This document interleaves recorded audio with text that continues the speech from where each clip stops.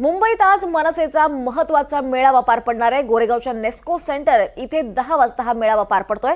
मनसे नेते, गटप्रमुख, उपशाखाध्यक्ष त्याचबरोबर मुंबईतील महत्त्वाचे पदाधिकारी या मेळाव्यासाठी उपस्थित राहणार आहेत। मतदार यादीतील घोळ, दुबार मतदान त्याचबरोबर निवडणूक यंत्रणा या संदर्भात सतर्क राहण्याच्या दृष्टीने मनसे अध्यक्ष राज ठाकरे हे मनसेच्या पदाधिकाऱ्यांसोबत संवाद साधत मार्गदर्शन करणार आहेत।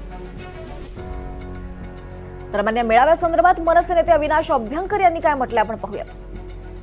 मुंबईतल्या गोरेगाव इथे मनसेचा आज महत्त्वाचा मेळावा पार पडतोय आणि याविषयीच बोलण्यासाठी माझ्यासोबत मनसेचे नेते अविनाश अभ्यंकर सर आहेत। सर, आजचा मेळाव्याविषयी काय पहिल्यांदा सांगाल, कारण मुंबईतले महत्त्वाचे पदाधिकारी जे आहेत ते उपस्थित राहणार आहेत। राजसाहेबांच्या आदेशाने मुंबई ठाण्यातील BLA इतर सर्व महत्त्वाचे पदाधिकारी यांना आज राजसाहेब ठाकरे येणाऱ्या निवडणुकीच्या बाबतीत नक्कीच मार्गदर्शन करतील आणि त्याकरताच हा मोठ्या प्रमाणात मेळावा आयोजित केलेला आहे।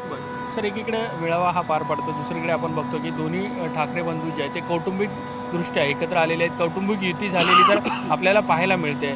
संबंध राजकीय वर्तुळात चर्चा ही दोन्ही ठाकरे बंधू एकत्र आलेत, मग राजकीय युती होणार की नाही त्याच्यावर तर मी भाष्य करणं एक महाराष्ट्र सैनिक म्हणून योग्य ठरणार नाही, परंतु एक गोष्ट मात्र नक्की की वरळीच्या डोमपासून जे सुरू झालं होतं ते दीपोत्सव आपण कालपर्यंत बघितलात। हे दोन्ही कुटुंब काही वर्षांनी कालांतराने का होईना चांगल्या दृष्टीने एकत्र आली आणि तोच महाराष्ट्रातील मराठी जनतेला आनंदाचा सर्वोच्च क्षण असेल असं मला वाटतं। बाकी राजकीयदृष्ट्या जे काय निर्णय घ्यायचे असतील ते आमच्या पक्षाकडून सन्मान्य राजसाहेब ठाकरेच घेतील आणि ते जे सांगतील त्याच्यावर आम्ही काम करू। धन्यवाद सर, ही सगळी बातचीत केल्याबद्दल। व्हिडिओ जर्नलिस्ट गौरव नाईकसह मी देवेंद्र कोलटकर, NDTV मराठी, मुंबई।